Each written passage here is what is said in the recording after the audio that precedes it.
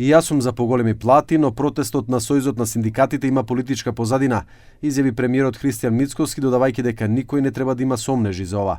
Но тоа кое што треба исто така да се каже и да се погледа на вистината во очи е фактот дека неколкумина кои што се дел од водството на овој синдикат се апсолутно заробени од страна на одредени политички амбиции и политички фигури.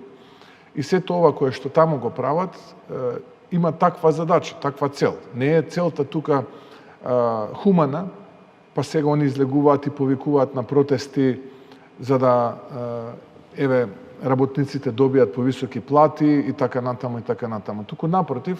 Лидерот на опозицијската СДСМ Венко Филипче вели дека неговата партија, покрај што ги поддржува барањата на синдикатите, нема никаква врска со организирањето на протестот.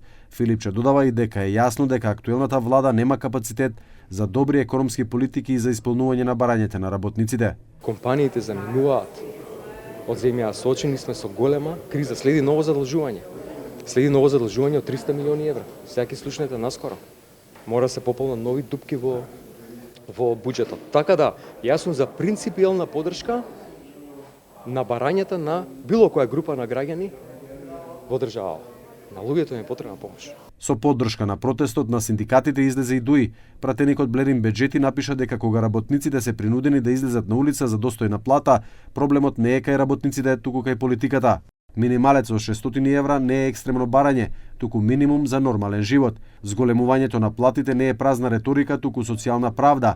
Денес се солидаризирам со протестот на синдикатите, затоа што држава што не ги штити своите работници не може да има социјална правда. Протестот го поддржува и опозицијската партија Левица.